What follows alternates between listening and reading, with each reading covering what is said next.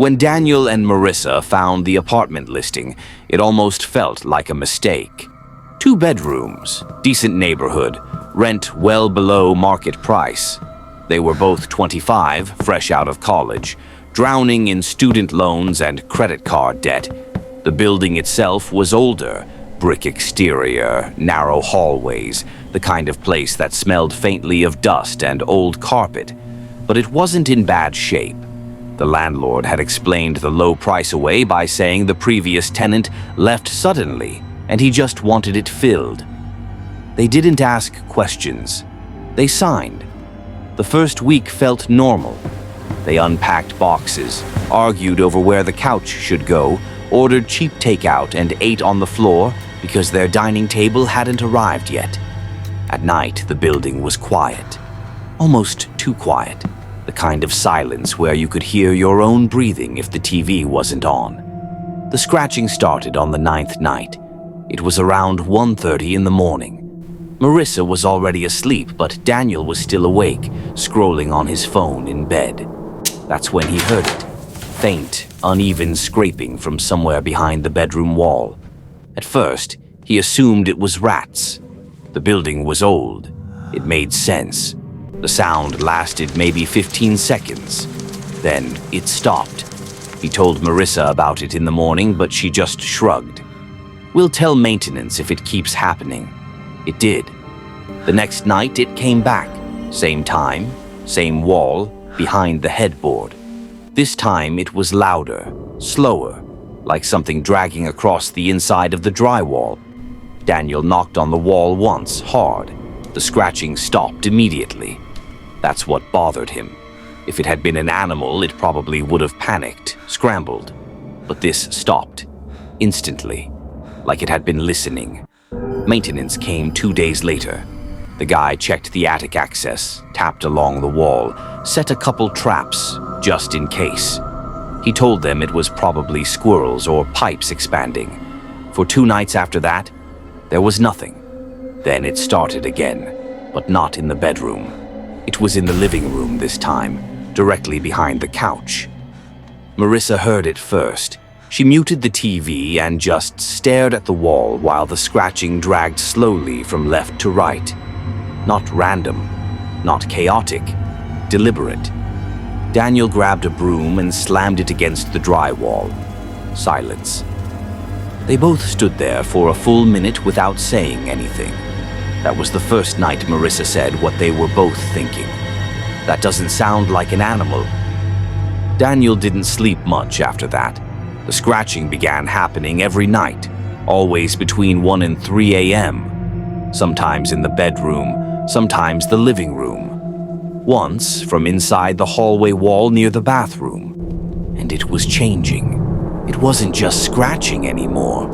There were soft thuds, faint shifting noises, what sounded like weight pressing against the inside of the wall. One night, Daniel swore he heard breathing. He didn't tell Marissa that part. Things in the apartment started feeling off. The bathroom mirror cabinet was slightly open when they were sure they'd closed it.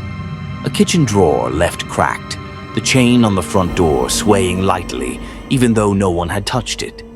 Daniel began checking the locks obsessively before bed.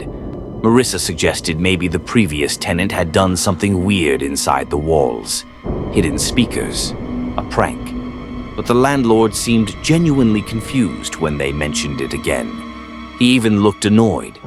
If there was something living in there, he told them, you'd see damage, droppings, smell something. There's nothing. That night, the scratching was the loudest it had ever been.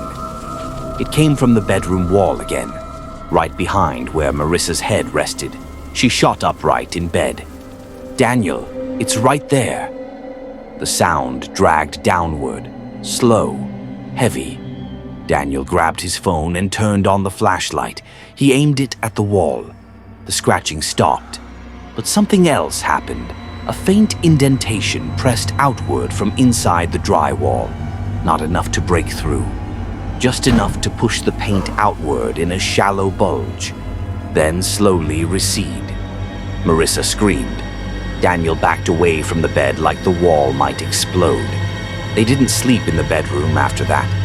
The next day, Daniel bought a small inspection camera from a hardware store, the kind plumbers use. He waited until late afternoon when sunlight filled the room and drilled a small hole behind where the indentation had appeared. He fed the camera inside. At first, it was just darkness and insulation. Then the camera shifted slightly and caught something that made Daniel's stomach drop. A narrow, open space, not typical wall framing, a gap big enough for a person to crawl through. He moved the camera deeper. That's when he saw the blanket, crumbled, dirty, stuffed into the corner of the cavity. Next to it were empty water bottles and food wrappers. Daniel pulled the camera back so fast he nearly dropped it. Marissa was standing behind him when he turned around. "There's someone in our walls." They called the police immediately. 2 officers showed up within 20 minutes. They listened carefully, searched the apartment, then inspected the hole Daniel had drilled. One officer widened it carefully with a tool. They shined their flashlight inside. The crawl space extended the length of the apartment. Not part of the original layout. It looked like someone had deliberately hollowed out sections between units years ago. But it was empty. No person. Just the blanket, the bottles, the wrappers. One officer asked if they'd heard anyone moving recently. Daniel nodded. "Last night." The officer hesitated before saying something that stuck with them long after. "If someone's been in there, they probably heard you drill." The police searched the attic and adjacent units. They didn't find anyone. No forced entries, no broken locks.